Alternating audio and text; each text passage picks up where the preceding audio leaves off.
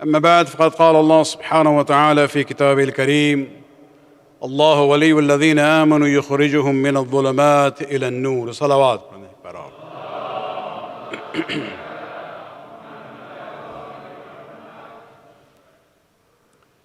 عزاداران حسین، یہ ایک عجیب و غریب بات ہے کہ رمضان بھی جب آتا ہے ہم انتظار میں رہتے ہیں، لیکن جب آتا ہے تو بڑی تیزی کے ساتھ گزر جاتا ہے۔ محرم بھی جب آتا ہے انتظار میں ہم بیٹھتے ہیں، پہلی مجلس ہوئی، لیکن دیکھتے دیکھتے شب عاشور تک ہم پہنچ گئے۔ خدا کا شکر ہے کہ خدا نے موقع دیا ہے ہم لوگوں کو کہ بھی فاطمہ کی خدمت میں پرسہ دیا جائے، اور یہ ایک لحاظ سے وسیلہ بن گیا ہے ہمارے لیے۔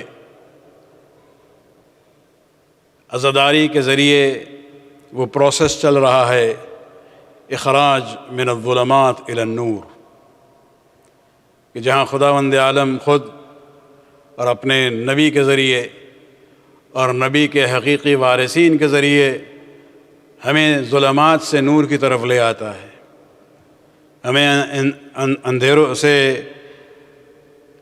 اجالے کی طرف لے کے آتا ہے۔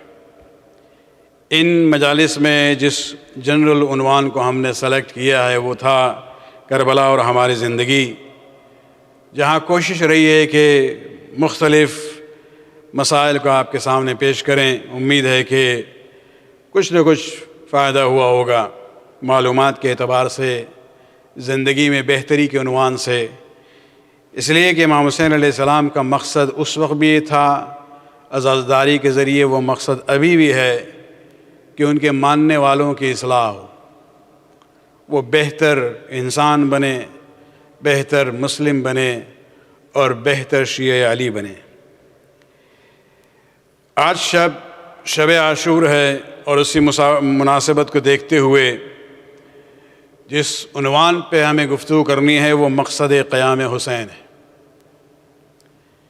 کہ امام حسین علیہ السلام نے اتنا بڑا قدم کیوں اٹھایا، مقصد کیا تھا؟ اپنے تمام پیاروں کو قربان کر دیا، صرف اپنی بات نہیں ہے۔ اس کے جواب میں اگر آپ کتابوں کو دیکھیں، بہت سے علماء اور مورخین ملیں گے جو ہسٹری کو بھی انالائز کرتے ہیں، مقاصد کو بیان کرتے ہیں، فلاسفر کو بھی دیکھیں گے، وہ بھی اس موضوع پہ گفتگو کرتے ہیں، سوشل سائنٹسٹ جو ہیں وہ بھی واقعات کربلا کو دیکھتے ہیں اپنے اس ایکسپرٹیز کی بنیاد پر۔ لیکن میں نے جو یہ سوال آج اٹھایا ہے کہ حسین کا مقصد کیا تھا، اس کا جواب ہم خود مستند جواب چاہ رہے ہیں ڈائریکٹلی حسین ابن علی کی ذات سے، کہ مولا آپ بتائیے آپ نے کیوں اتنی بڑی قربانیاں پیش کی ہیں؟ اور خدا کا شکر ہے کہ ہم لوگوں کے پاس ہماری روایات میں، ہسٹری میں، ہماری سورسز میں امام حسین علیہ السلام کا وہ وصیت نامہ موجود ہے، ریٹن ڈاکیومنٹ ہے، وہ جو کتبی وصیت نامہ امام نے لکھا تھا مدینہ چھوڑنے سے پہلے،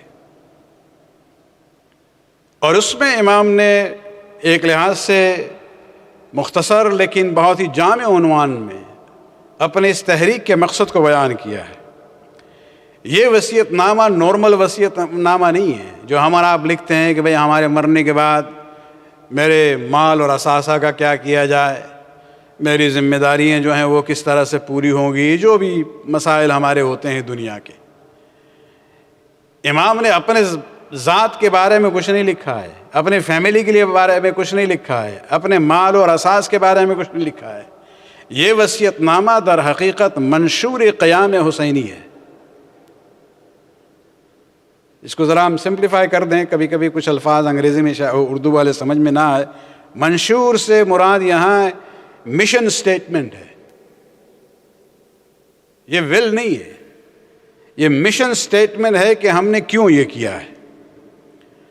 اور اتفاقاً یہ پوری وصیت شروع سے لے کے اینڈ تک ہسٹری میں محفوظ ہے، اور اسی کی تشریح ہم آپ کے سامنے پیش کرنا چاہیں گے، لیکن مختصراً پہلے ایک خاکہ آپ کے سامنے پیش کر دیں جہاں حسین بن علی شروع کرتے ہیں بسم اللہ الرحمن الرحیم هذا ما اوصى به الحسین بن علی بن ابی طالب، بسم اللہ کے بعد کہ یہ وصیت ہے جو حسین بن علی بن ابی طالب الی اخیہ، جو وصیت لکھی ہے اپنے بھائی کے نام، الی اخیہ محمد، کون محمد؟ المعروف بابن الحنفیہ، محمد حنفیہ ان کے نام ہے، ان الحسین یشہد ان لا الہ الا اللہ وحدہ لا شریک لہ، پریمبل ہے اس میں، مقدمہ کیا ہے کہ حسین گواہی دیتا ہے کہ اللہ کے علاوہ ایک اور کوئی ہمارا پروردگار نہیں ہے، وَأَنَّ مُحَمَّدًا عَبْدُهُ وَرَسُولُهُ، صلوات پڑھنے کا محمد کی نبوت کے بعد وَجَاءَ بِالْحَقِّ مِنْ عِنْدِ الْحَقِّ، حق کے ساتھ آیا ہے، حق کی طرف سے آیا ہے، اور پھر لکھتے ہیں وَأَنَّ الْجَنَّةَ وَالنَّارَ حَقٌّ، جنت و جہنم بھی حق ہے، وَأَنَّ السَّاعَةَ آتِيَةٌ لَا رَيْبَ فِيهَا، وہ گھڑی آنے والی ہے کہ جب یہ دنیا ختم ہو جائے گی، وَأَنَّ اللَّهَ يَبْعَثُ مَنْ فِي الْقُبُورِ، اور یقیناً وہ قیامت کے دن آئے گا جب خداوند عالم لوگوں کو قبروں سے زندہ کرے گا۔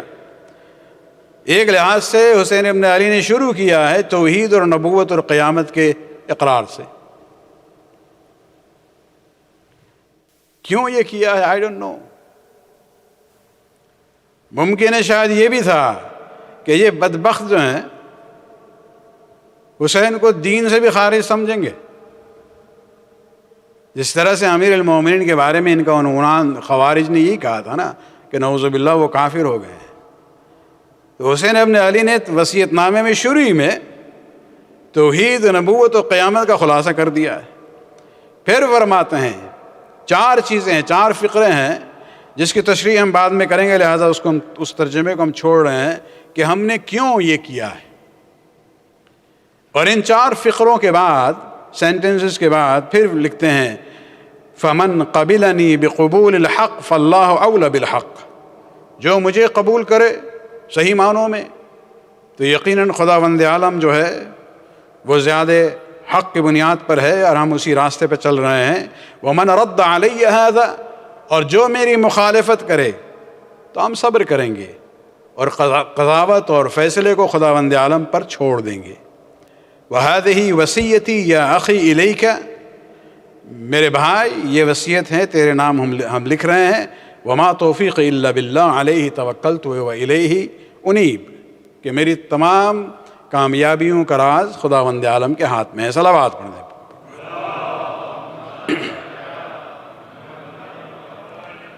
مقدمہ اور آخر میں جو جملہ وہ پیش کر دیا ہم نے، لیکن بیچ میں 4 فقرے ہیں جس پر امام حسین علیہ السلام نے لکھا ہے ہم نے یہ کیوں کیا ہے۔ پہلا فقرہ جو ہے بالکل کلمہ توحید کی طرح ہے۔ کلمہ توحید کا آغاز کیسے ہوتا ہے؟ لا الہ، پھر الا اللہ ہے۔ پہلے انکار ہے، جتنے غلط خدا ہیں ان سے انکار ہے، پھر جو حقیقی رب ہے اس کا اقرار ہے۔ یہاں پر حسین ابن علی نے بھی یہ کیا ہے۔ شروع میں پہلا جملہ جو ہے انکار کا ہے، تمام وہ غلط عزائم، جتنے غلط موٹیویشنز جو بنو امیہ کے مزدور علماء اور مورخین حسین کی طرف منسوب کریں گے، ان سب کو پہلے رد کرتے ہیں، اس لیے کہ حسین کو معلوم تھا کہ ان کے جو پروپیگنڈا نیٹ ورک ہے وہ بہت ہی ایکٹیو ہو جائے گا، اور غلط عزائم میری طرف منسوب کریں گے کہ حسین نے یہ کیا تھا، حسین نے یہ کیا تھا، حسین حکومت کے لیے لڑ رہے تھے، اقتدار حاصل کرنا چاہ رہے تھے، اقتدار کی لالچ میں یہ سب کیا ہوا ہے۔ تو پہلا جملہ جو ہے وَعَنِّي لَمْ أَخْرُجْ عَشِرًا وَلَا بَطِرًا وَلَا مُفْسِدًا وَلَا ظَالِمًا، 4 موٹیویشنز کو ریجیکٹ کرتے۔ نمبر 1، کہ ہم نے جو مدینہ چھوڑا ہے اور مخالفت جو کی ہے یزید کی، نہ تفریح اور ماجراجوئی کے لیے ہے، ایڈونچر سیکنگ کے لیے نہیں ہے۔ یہ مسلم مورخین جو ہیں بنو امیہ کے جو مزدور تھے اکثر لکھتے ہیں، دیکھو حسن کو دیکھو کتنے صلح آمیز انسان تھے، اور حسین کو دیکھو ہمیشہ غصے میں رہتے تھے۔ یعنی دونوں بھائی کے صفات میں اور کردار میں جو ہے اپوزیشن پیدا کرتے ہیں۔ لہذا حسین نے پہلا ہی جملہ لکھ دیا کہ ہم کوئی ماجراجو انسان جو ہیں تفریح کے لیے نہیں جا رہے ہیں، ہم سیریس معاملہ ہے۔ جو اس مقصد سے جو جاتا ہے اپنے بچوں کو لے کے نہیں جاتا ہے۔ نمبر 2، ولا بطرن، ہم تکبر اور غرور میں یہ نہیں کر رہے ہیں، یہ نہیں کہ ہم میں ایروگنس ہے لہٰذا ہم جو یزید کے نہیں مانتے ہیں، نہیں۔ ولا مفسدن، نہ ہمیں سوسائٹی میں فتنہ و فساد پھیلانے کی غرض ہے، نہیں۔ ولا ظالمن، حسین کہتے ہیں جو ہم نے کیا ہے اس میں ہم کسی پر ظلم بھی نہیں کرنا چاہتے۔ تو یہ 4 چیزوں ہیں جن پر حسین ابن علی نے پہلے ہی ریجیکشن کی مہر لگا دی ہے کہ ہم سے غلط موٹیویشن اور عزائم کو منسوب مت کرنا۔ صلوات پڑھنا ایک بار اور۔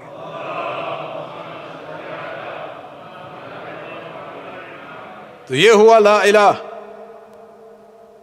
الا اللہ کیا ہے، اقرار کس بات کا ہے، ہم نے کیا کیوں ہے، اس میں جو ہے وہ معرکۃ العلیٰ جملہ ہے، یہی تاریخ میں بس کافی ہے، یہ ایک جملہ کربلا کو سمجھنے کے لیے اپنے مقصد کو بیان کرتے ہیں۔ وَإِنَّمَا خَرَجْتُ لِطَلَبِ الْإِصْلَاحِ فِي أُمَّتِ جَدِّي، کہ میں نے یہ جو قدم اٹھایا ہے یزید کے خلاف، انما صرف ایک مقصد کے لیے ہے، لطلب الاصلاح، ہم اصلاح چاہتے ہیں، ریفارمیشن چاہتے ہیں اپنے نانا کی امت میں۔ ہمیں حکومت نہیں چاہیے، دولت نہیں چاہیے، اقتدار نہیں چاہیے، طاقت نہیں چاہیے، ہمارا مقصد صرف ایک ہے۔ لفظ انما عربی میں ہوتا ہے حصر کے لیے، ایکسکلوسیوٹی کے لیے، یعنی اس کو اگر آپ لفظی ترجمہ کریں تو آپ یہ کہہ سکتے ہیں کہ حسین کہہ رہے ہیں کہ میں صرف اور صرف اس مقصد کے لیے ہم نے یہ کیا ہے، اس کے علاوہ کچھ نہیں۔ تو مقصد جو ہے طلب الاصلاح فی امت جدی، کہ ہم چاہتے ہیں اپنے نانا کی امت میں اصلاح لے آئیں۔ اصلاح کا مطلب کیا ہے؟ ریفارم کریں انہیں۔ اور یہ دونوں جو فقرے ہیں یہاں پر، اس کو فرسٹ اور سیکنڈ دونوں، اس کو مزید امام حسین علیہ السلام نے غالباً مکہ میں جو خطبہ ایک دیا تھا اس میں اس کی وضاحت کرتے ہیں، اور خطاب خداوند عالم سے، اللہم انک تعلم، خداوند تو جانتا ہے، انہ لم یکن ما کان منا، جو بھی میں نے کیا ہے میرا مقصد کچھ نہیں تھا، تناصفاً فی سلطان، حکومت کی لالچ میں نہیں کیا ہے، ولا التماسا من فضول الحطام، دولت کے لیے نہیں کیا ہے، ولیکن لنری المعالم من دینک، ہم نے یہ صرف اس لیے کیا ہے تاکہ دین کے جو سمبلز ہیں وہ سامنے آ جائیں، وَنُظْحِرُ الْإِصْلَاحَ فِي بِلَادِكَ، اور مسلم معاشرے میں ہم اصلاح پیدا کریں، ریفارم کریں، وَيَأْمَنُ الْمَظْلُومِينَ مِنْ عِبَادِكَ، اور جو مظلوم ہیں مسلمانوں میں ان کو ہم بچائیں ظالمین سے، وَيُعْمَلْ بِفَرَائِضِكَ وَسُنَّتِكَ وَأَحْكَامِكَ، اور تاکہ مسلم امت میں جو فرائض خدا تو نے واجب کیے ہیں، جو سنتیں جاری کی ہیں رسول کے ذریعے اور احکام جاری کیے ہیں، اس پر عمل کیا جائے۔ اور پھر پبلک سے کہتے ہیں فَإِنَّكُمْ إِلَّا تَنْصُرُونَ وَتُنْصِفُونَ قَوِيَ الظَّلَمَ عَلَيْكُمْ، اگر تم ہمیں ہمارا ساتھ نہیں دو گے، میرے ساتھ انصاف نہیں کرو گے اس مہم میں، تو یاد رکھو ظالمین زیادہ مضبوط ہوں گے اور وہ نور نبی کو دبانے کی کوشش کریں گے۔ یہ نور نبی کون ہے؟ یہ ذات گرامی حسین ابن علی علیہ الصلوۃ والسلام ہے. صلوات پڑھنے پر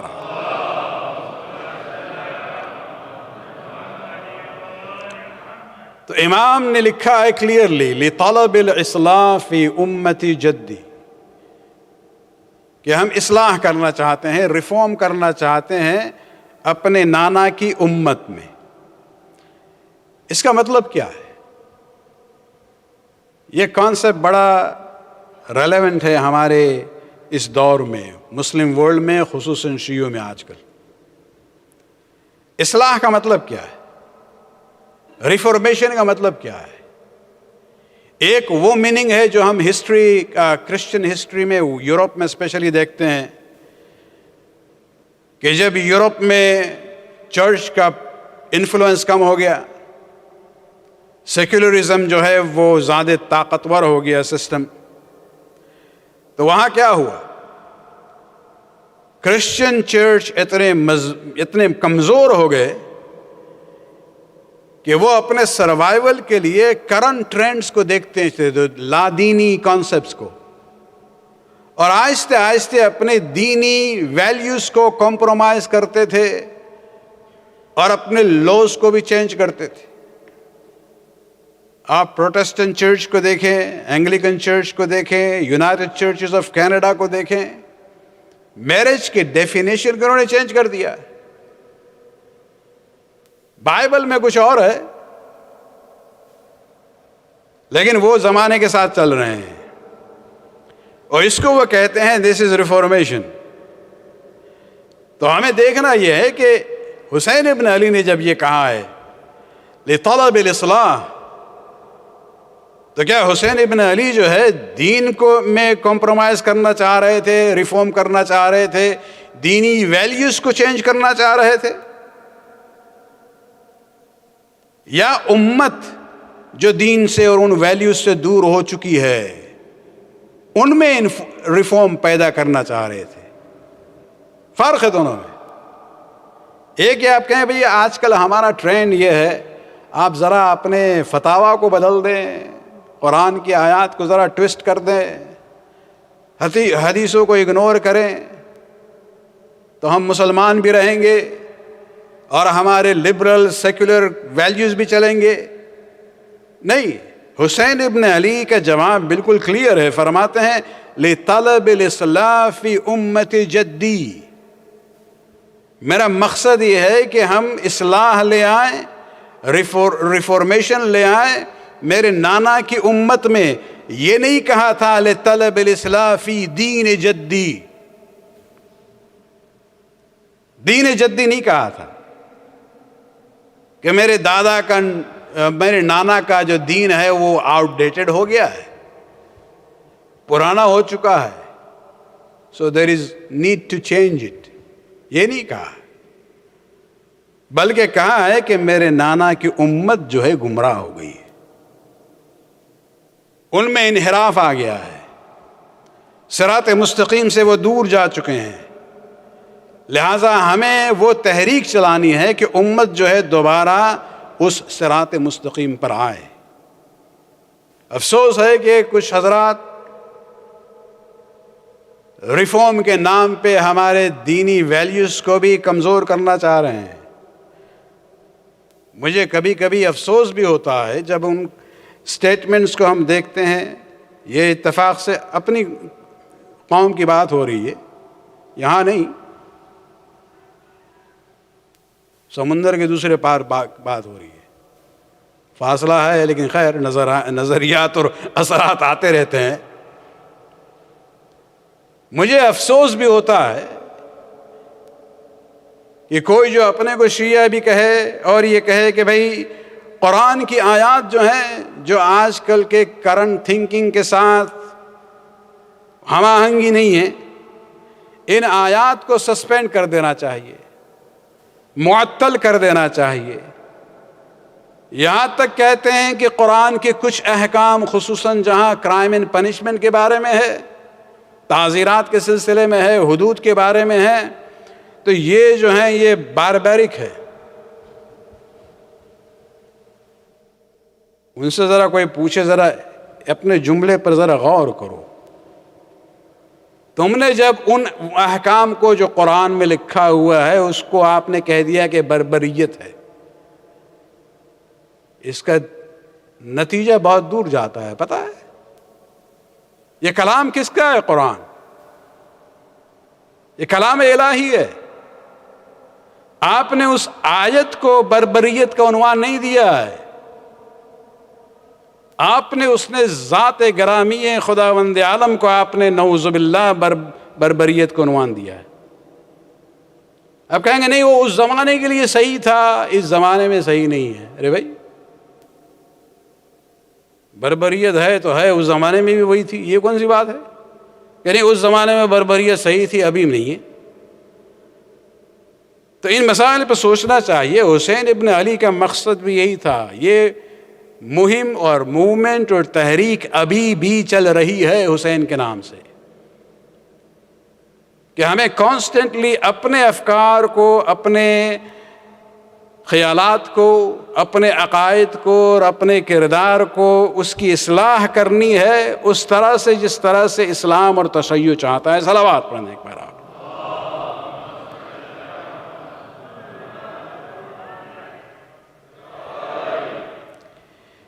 دین اسلام کے بنیادی عقائد اور اقدار، ویلیوز بدلنے والے نہیں ہیں. امت بدل سکتی ہے، امت منحرف ہو سکتی ہے، اور اس لیے خداوند عالم نے کہا ہے کہ روزانہ 10 بار دعا کرو، اہدنا الصراط المستقیم.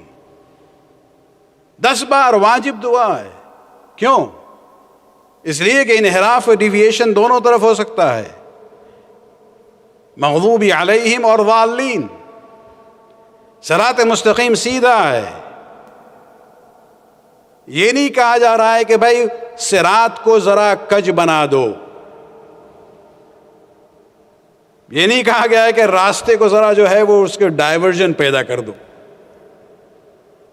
یہ کہا جا رہا ہے کہ تم ادھر ادھر چلے گئے ہو، کم بیک، تم صراط مستقیم پہ آؤ. امت کو اپنا کمپس جو ہے وہ صحیح کرنا ہوگا تاکہ وہ صراط مستقیم، صراط محمد و آل محمد پر آ سکے. اور یہ جملہ صرف ہمارا نہیں ہے. صراط الذین انعمت علیہم، ان کا راستہ جن پر خداوند عالم نے اپنی نعمتیں نازل کی ہیں. سب سے بڑی نعمت ہدایت ہے جس کا اعلان ہوا تھا، الیوم اکملت لکم دینکم واتممت علیکم نعمتی ورضیت لکم الاسلام. صلوات پڑھنے ایک بار اور.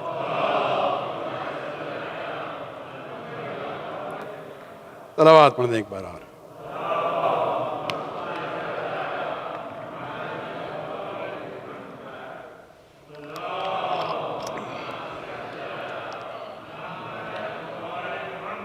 تیسرا فقرہ، 4 جملے تھے اس میں، سیکنڈ سب سے اہم تھا. یہ بیان کرنے کے بعد کہ میرا مقصد کیا ہے، طلب الاصلاح فی امت جدی. اس کے بعد پھر امام کہتے ہیں کہ دینی اور شرعی بنیاد کیا ہے میرے اس تحریک کا، تاکہ لوگ بات کو سمجھیں. ہم ترجمہ بھی کر دیں گے. What is the religious justification of my movement؟ بنیاد کیا ہے؟ نیکسٹ سینٹنس لکھتے ہیں، اريد ان اامر بالمعروف وانهی عن المنکر. کہ یہ جو ہم اصلاح کی تحریک چلا رہے ہیں، اس کی بنیاد یہ 2 اہم کانسیپٹ ہیں جو ہمارے دین میں ہیں. ہم چاہتے ہیں کہ امر بالمعروف و نہی عن المنکر کریں، اچھائیوں کو ہم پروموٹ کریں، فروغ دیں، برائیوں کو روکیں معاشرے سے. اور یہ شرعی بنیاد ہے. یہ کانسیپٹ جو ہے امر بالمعروف و نہی عن المنکر کا، مشکل یہ ہے کہ ہمارے یہاں یہ بہت کمزور ہوتا جا رہا ہے. ایک زمانہ تھا کہ ہم لوگوں کے ایسٹرن سوسائٹی میں، چاہے وہ انڈیا ہو، پاکستان ہو، یا افریقہ ہو، یا مڈل ایسٹ ہو، وہاں سب میں یہ احساس تھا کس طرح سے اچھائی کو پروموٹ کیا جائے، برائی سے روکا جائے. یقیناً آپ لوگ جو ان ممالک میں بڑے ہوئے ہیں آپ کو یاد ہوگا کہ آپ گھر سے تو آزاد ہو کے نکل جاتے ہیں، ماں باپ کی نظر سے اوجھل ہو جاتے ہیں، لیکن آپ کو معلوم ہے اگر آپ نے کوئی غلط حرکت کی تو وہ کارنر اسٹور والا ہے نا، اپنا قوم کے دکاندار جو ہے، وہ آپ کے باپ کو بتا دے گا، محلے والے بھی یہ نظر رکھیں گے کہ بچہ کیا کر رہا ہے، سگریٹ پی رہا ہے، کیا کر رہا ہے، جو بھی حرکت ہو، گھر خبر پہنچ جاتی تھی، اور باپ جو ہیں وہ تنبیہ کرتے تھے، یہ نہیں اس سے جا کے لڑیں کہ بھائی how dare you, why do you interfere in my life, یہ ہمارا ویسٹرن کانسیپٹ ہے نا، مائنڈ یور اون بزنس۔ امر بالمعروف و نہی المنکر جو ہے، ایک زمانے میں ہمارے سوسائٹیز میں کچھ چیزیں تھیں جس کو ہم بھول گئے ہیں۔ اسلامی معاشرے کے لیے امر بالمعروف و نہی المنکر اتنا اہم ہے کہ سورہ توبہ، یہ پہلے بھی ہم کہہ چکے ہیں، سورہ توبہ ان سوروں میں سے ہیں جو اینڈ میں نازل ہوا ہے، لہذا اس کے جو ویلیوز جو ہیں، جو ٹیچنگز ہیں، بہت ہی اہم ہیں۔ خداوند عالم نے سورہ توبہ کی آیت نمبر 71 اور 72 میں مسلم سوسائٹی کی بات کرتا ہے، مسلمانوں کے انڈیویجول لائف کی بات نہیں کر رہا ہے۔ والمؤمنین والمؤمنات، ان کو ڈسکرائب کرتا ہے، بعضهم اولیاء بعض، ایمان کے رشتے کے وجہ سے ایک دوسرے کے دوست ہیں۔ یہ دوستی کا پہلا تقاضا کیا ہے؟ یأمرون بالمعروف وینہون عن المنکر، امر بالمعروف کرتے ہیں، نہی عن المنکر کرتے ہیں، وَيُقِيمُونَ الصَّلَاةَ وَيُؤْتُونَ الزَّكَاةَ،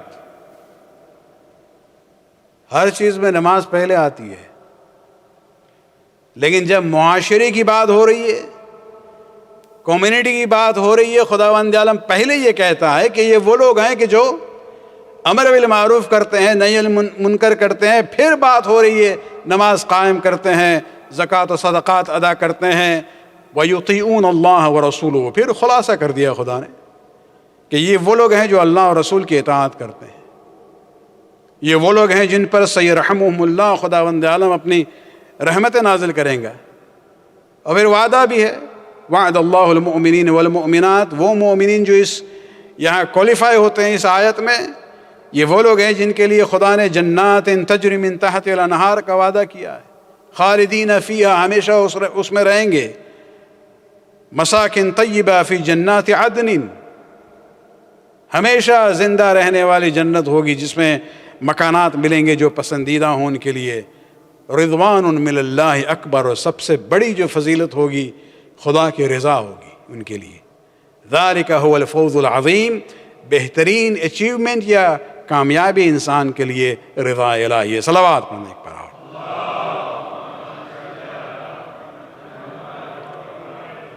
امام حسین ابن علی نے اپنے تحریک کی بنیاد رکھی ہے امر بالمعروف و نہی عن المنکر پر۔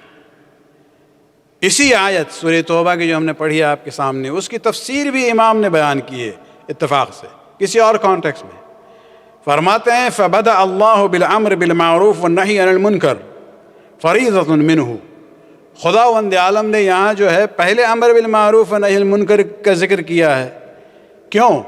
لعلمہ بأنہا اذا ادیت و اقیمت استقامت الفرائض کلہا حیونہا و صعبہا، فرماتے ہیں خداوند عالم نے اس کا ذکر پہلے اس لیے کیا ہے کہ اگر معاشرے اور سوسائٹی میں امر بالمعروف و نہی عن المنکر کو امپلیمنٹ کیا جائے تو بقیہ تمام چیزیں آٹومیٹکلی ہوتی رہیں گی، نماز بھی ہوتی رہے گی، زکوٰۃ بھی ادا ہوتی رہے گی، نماز روزہ بھی ہوتا رہے گا، حج بھی لوگ کریں گے، جو بھی چیزیں ہیں تمام چیزیں موقوف ہیں امر بالمعروف اور نہی عن المنکر پر۔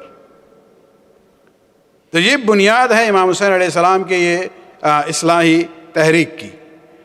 اور یاد رہے بات ہو رہی ہے امر بالمعروف نہی عن المنکر، معروف یعنی جو نیکی عمل ہے، منکر جو منع کیا گیا ہے، پروموٹ اس کو کریں، روکیں اس کو، اس کا مطلب یہ ہے کہ معروف اور منکر ثابت ہیں، بدلتے نہیں ہیں۔ لہٰذا یہ جو ریفارمیشن کی بات ہوتی ہے اس میں سوچنا چاہیے لوگوں کو کہ اصلاح کی ضرورت امت کو ہے، دین الہی کو نہیں ہے۔ صلوات پڑھنے ایک بار اور۔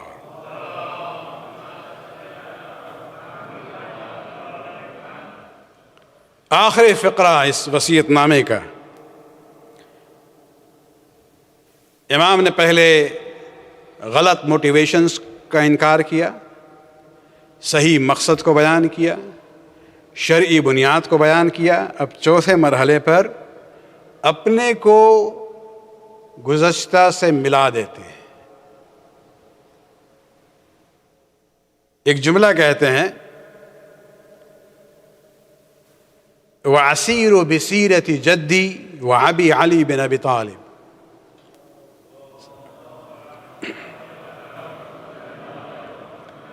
یعنی میں نے جو طلب اصلاح کی مہم چلائی ہے، امر بالمعروف و نہی عن المنکر کے کانسیپٹ پر، یہ کوئی نئی بات نہیں ہے۔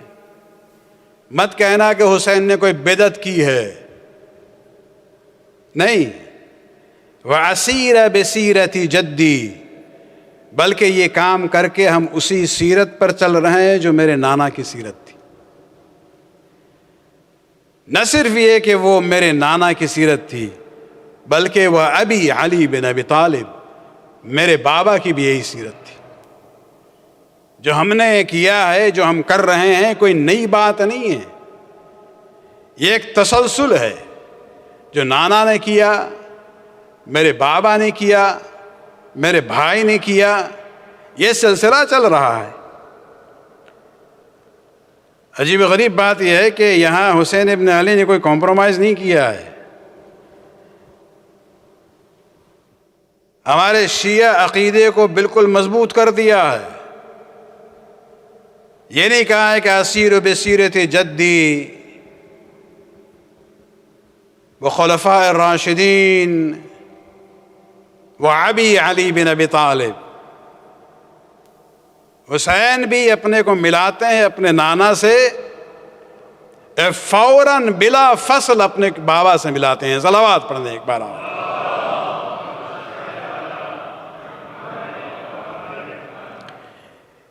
یہ جملہ کہ جہاں نانا سے فوراً بابا سے ملا دیا، نانا کی سیرت اور بابا کی سیرت جس میں کنٹینیوٹی ہے، یہ صرف اس حسین کا قول نہیں ہے جو نواسے رسول ہیں۔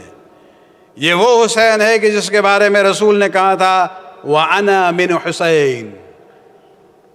یہ اس کا قول ہے کہ جس کے بارے میں رسول نے کہا ہے سیدہ شباب اہل الجنہ۔ آپ کو کریڈینشلز چاہیے حسین کے؟ دنیا میں یہ انا من حسین کی سند لے کے آتے ہیں، آخرت کے لیے یہ سیدہ شباب اہل الجنہ ہے۔ ہمیں اگر دین لینا ہے تو ان سے لینا ہے، اور اسی لیے ہم کہتے ہیں لا الہ الا اللہ محمد رسول اللہ علی ولی اللہ۔ صلوات پڑھنے ایک بار۔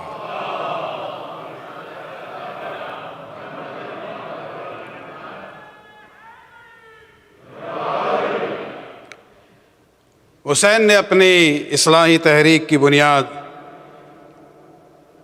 امر بالمعروف اور نہی عن المنکر پر رکھی ہے، لیکن آپ میں سے یقیناً اکثر جو ہے مدرسے میں پڑھ چکے ہیں، دینی کتابوں سے واقف ہیں، مسائل سے۔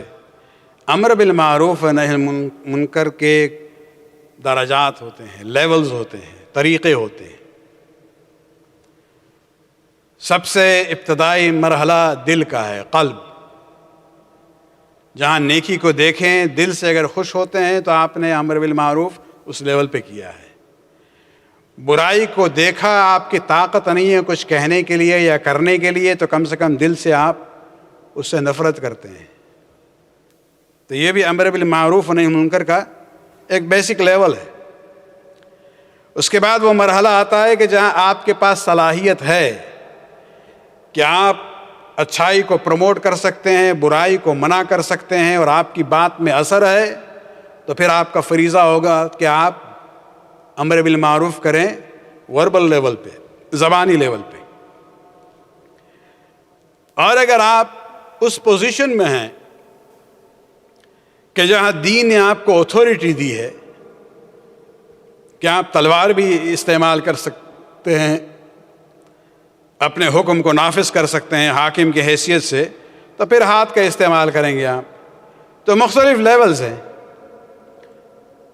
امر بالمعروف و نہی المنکر کے لیے طریقہ کو آئیڈینٹیفائی کرنا ضروری ہوتا ہے،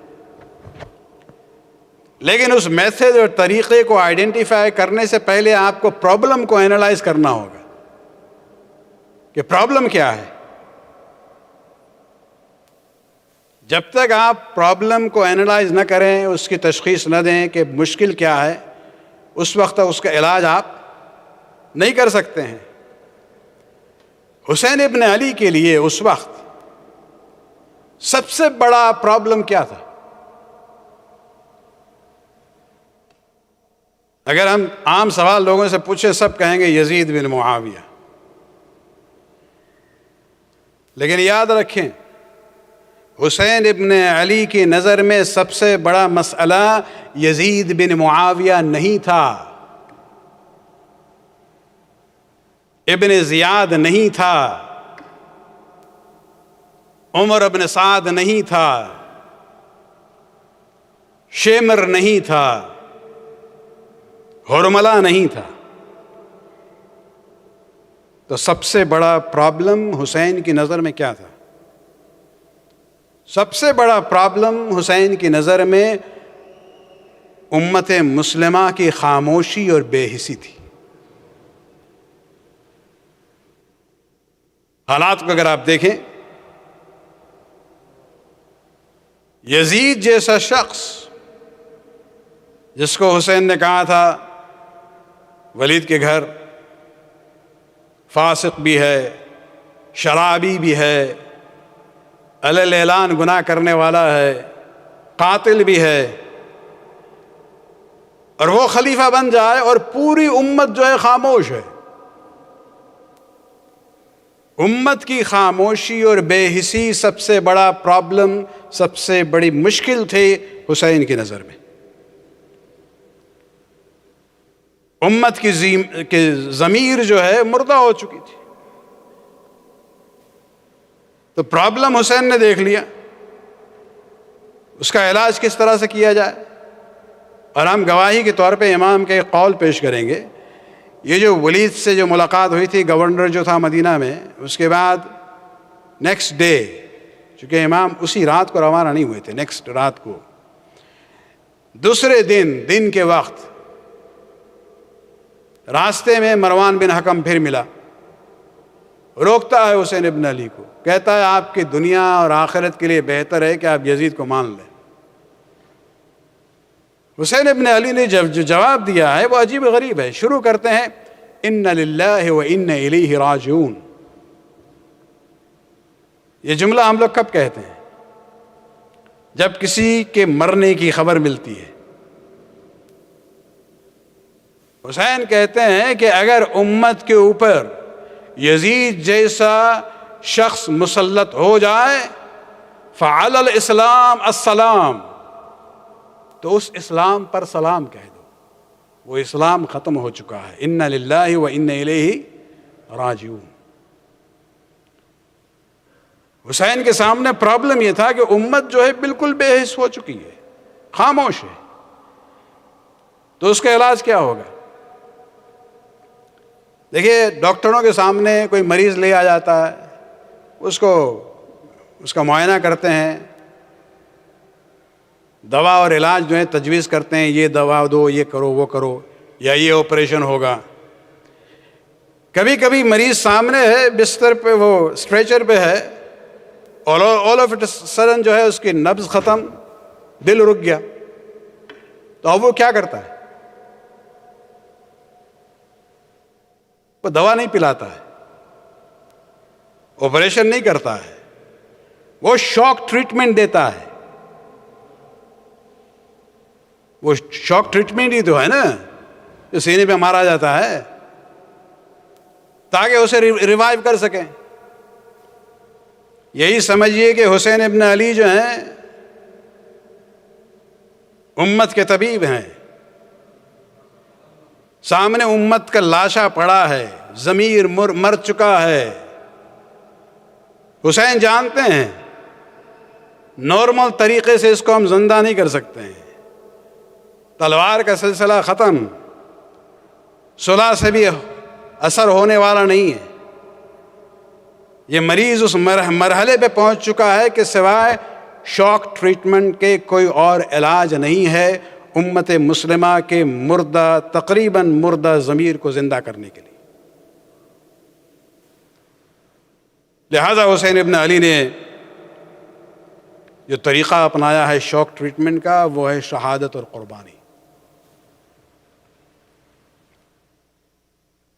حسین جانتے تھے شہادت اور قربانی وہی ایک طریقہ ہے جو امت کو خواب غفلت سے بیدار کر سکتے ہیں۔ مسلمان عام طور سے مجبور ہوگا سوچنے کے لیے کہ نواسۂ رسول نے انکار بیعت یزید کر کے اپنے تمام عزیزوں کو بھی قربان کر دیا، اپنے کو بھی قربان کر دیا۔ کیوں؟ وہ چاہ رہے تھے کہ یہ سوال جو ہے ہر مسلمان کے دل و دماغ میں اٹھے، تبھی جا کے ایک حرکت آئے گی، ان کے ضمیر میں دوبارہ زندہ وہ حیات پیدا ہو جائے گی۔ اور اس لیے حسین ابن علی اپنے ساتھ قربانیوں کا سامان جو لے کے گئے ہیں، اصحاب ان کے ساتھ ہیں،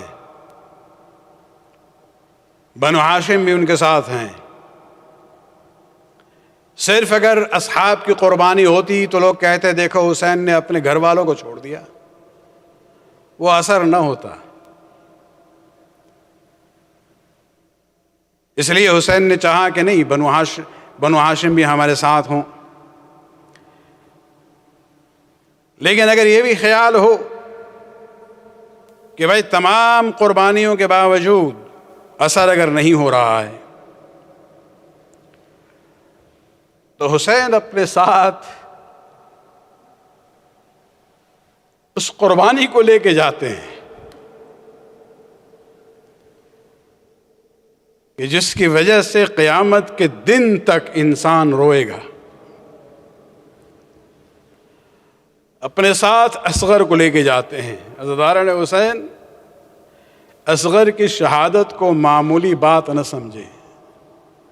یہ جو ہم پوری تمہید ہم نے آپ کے سامنے پیش کی ہے، شاک ٹریٹمنٹ کا طریقہ جو تھا، اس پہ سب سے اہم عنصر جو ہے جناب اصغر ہے۔ اصحاب کی شہادت کے بعد اہل بنو ہاشم کی شہادت کے بعد امام جاتے ہیں آخری اتمام حجت کے لیے، قوم اشقیاء کے سامنے بلند آواز میں استغاثہ کرتے ہیں، حل من ناصر ینصرنا، حل من مغیث یغیثنا، کوئی ہے جو ہماری نصرت کرے، کوئی ہے جو میرے حرم کی حفاظت کرے۔ اس وقت کوئی جواب نہ ملا۔ حسین گنج شہداء کی طرف دیکھتے ہیں، کہتے ہیں میرے شیر تم کہاں ہو تم سب؟ میں آواز بلند کر رہا ہوں لیکن کوئی جواب نہیں مل رہا ہے مجھے۔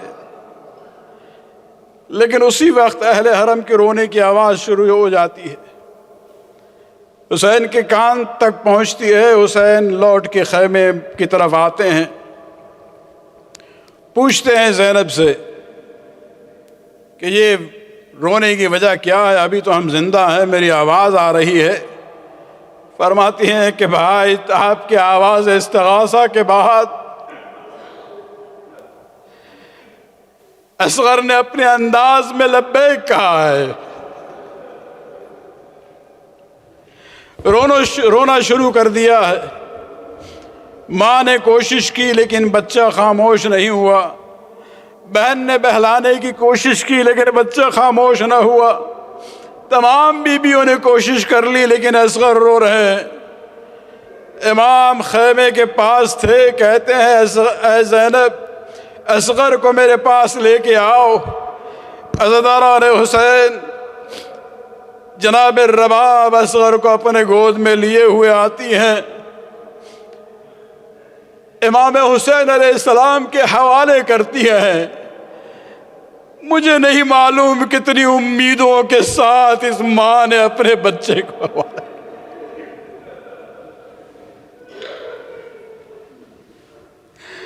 رباب نے تو سوچا بھی نہیں تھا کہ اس ششمائے کو بھی یہ قتل کر دیں گے۔ امیدوں سے حسین کے ہاتھ میں اصغر کو دیتی ہیں۔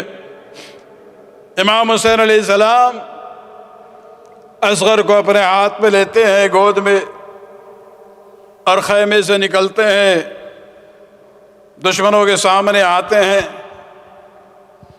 ابا کا سایہ کیا ہوا تھا تاکہ دھوپ سے اذیت نہ پہنچے اس بچے کو۔ دشمن سمجھے کہ شاید حسین اپنی جان کو بچانے کے لیے قرآن کو لے کے آ رہے ہیں۔ جب ابا کو ہٹایا ہے تو وہ قرآن تو نہیں تھا، لیکن سورہ کوثر کی ایک آیت ضرور تھی۔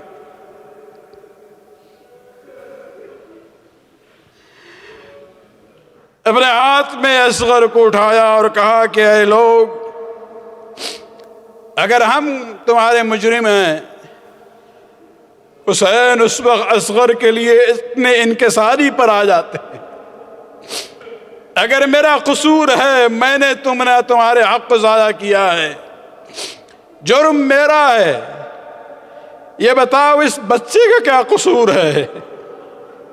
ان لم ترحمونی فرحموا ھذا الطفل الصغیر، اگر مجھ پر رحم نہیں آتا ہے کم سے کم اس بچے پر رحم کرو۔ 3 دن کی بھوک اور پیاس کی وجہ سے اس کی ماں کا دودھ بھی خشک ہو چکا ہے۔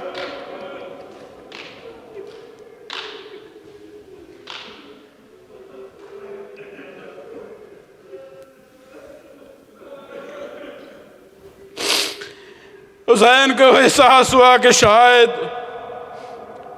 یہ لوگ چاہ رہے ہیں کہ بچے کے بہانے ہم خود پانی پی لیں گے۔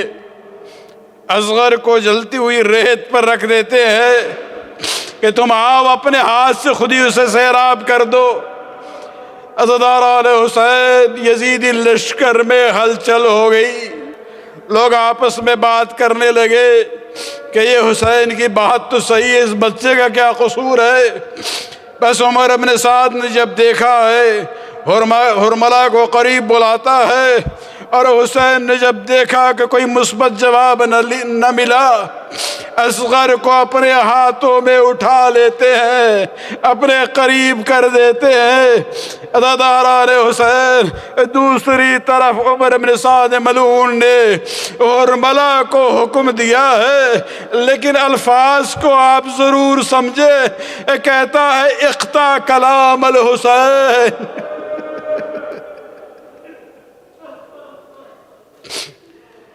خداوندہ یہ کیا ماجرا ہے کربلا میں؟ عمر بن سعد نے یہ نہیں کہا اقتل ولد الحسین، حسین کے بیٹے کو قتل کر دو، کہتا ہے اقطع کلام الحسین، حسین کے کلام کو ختم کر دو۔ عزاداران حسین اگر حسین کچھ نہ بولے، صرف اصغر کا وجود جو ہے امام کی معصومیت کے لیے بین دلیل تھی کہ یہاں حسین کا قصور کوئی نہیں، لہذا کہتا ہے اقطع کلام الحسین، حسین کی حجت کو ختم کر دو۔ حرملہ ملعون نے تیر شعبے کا ایک تیر نکالا۔ اے ملعون، اس ننھی سی جان کو دیکھو، یہ 3 شعبے کے تیر کی کیا ضرورت تھی؟ عزاداران حسین اس نے جب تیر چلایا ہے، اس طرح سے وہ تیر آیا ہے کہ عزاداران حسین کان کے ایک طرف سے چلا ہے اور گردن کو ذبح کرتا ہوا دوسری طرف حسین کے ہاتھ میں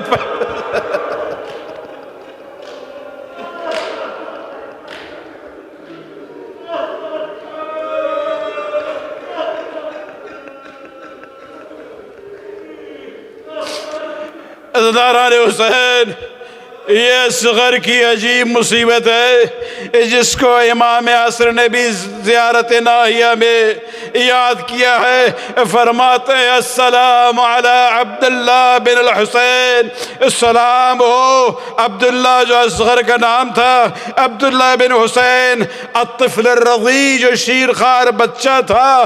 پھر فرماتے ہیں المذبوح بالسہم فی حجر ابی، وہ بچہ جو ذبح کر دیا گیا اپنے بابا کے گود میں۔ کربلا میں صرف 2 لوگ ہیں جو ذبح ہوئے ہیں، ایک حسین ابن علی تھے، اس لیے کہ جتنے شہداء تھے ان کے سروں کو تن سے جدا نہیں کیا گیا، ان کی شہادت کے بعد ان کو جدا کیا گیا تھا۔ صرف حسین تھے جو ذبح کر کے قتل کیے گئے، اور دوسرے اصغر تھے جن کو اس طرح سے تیر لگا کے مذبوح بالسم فی حجر ابی ہوئے۔ عزاداران حسین، یہ بہت بڑی مصیبت تھی حسین کے لیے، لیکن اس کے بعد والا مرحلہ حسین کے لیے اور زیادہ مشکل تھا، اس لیے کہ امام حسین علیہ السلام اب اس لاشے کو لے کے چلتے ہیں۔ ہمارے ایک بزرگ عالم گزرے ہندوستان میں، ان کا ایک عجیب انداز تھا، وہ کہتے تھے ہم جرأت کر رہے ہیں یہ کہنے کے لیے کہ حسین اصغر کے لاش کو لیے ہوئے جب خیمے کے قریب پہنچے، ہمت نہ ہوئی حسین کی کہ رباب کے سامنے جا سکے۔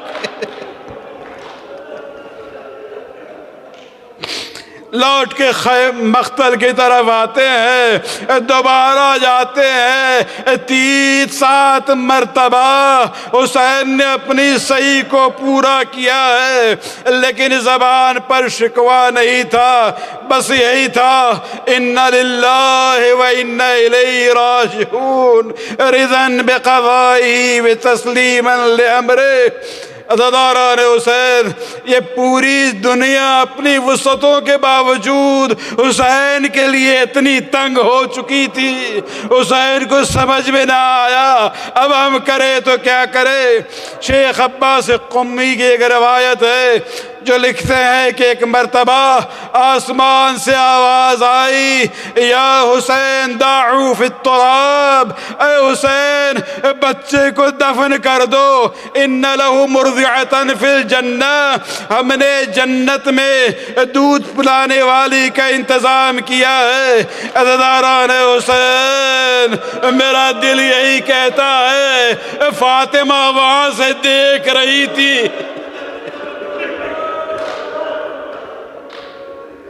فاطمہ یہ دیکھ رہی تھی، انہیں اندازہ تھا، دعا کرتی ہے خدا بندہ رباب برداشت نہیں کر سکے،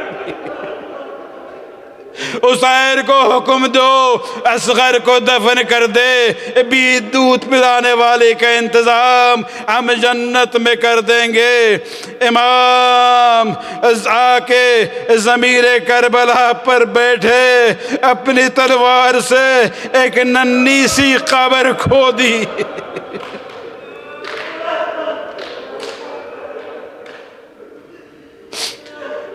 صاحبان اولاد جانتے ہیں 6 مہینے کے بچے کا جسم بہت نرم ہوتا ہے، لیکن کربلا کی ریت جو ہے بڑی گرم تھی۔ مجھے نہیں معلوم کس طرح سے حسین نے دفن کیا ہے، بس ایک شاعر نے کہا ہے گرم ریتی سے بدن ڈھانپ دیا شہ نے مگر،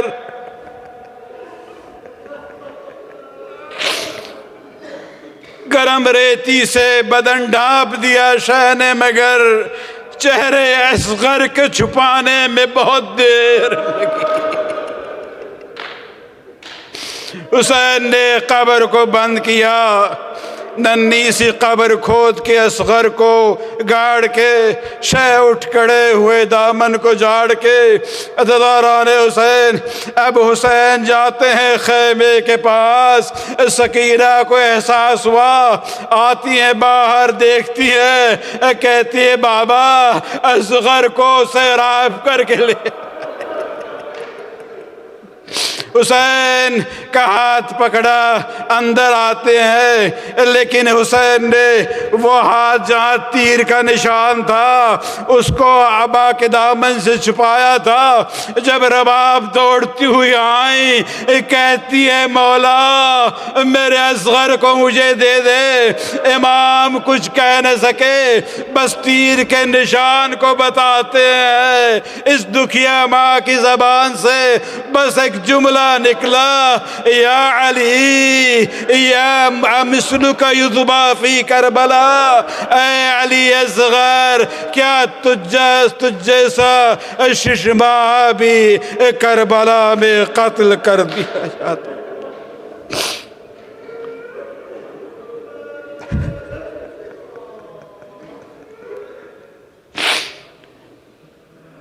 ماتم حسین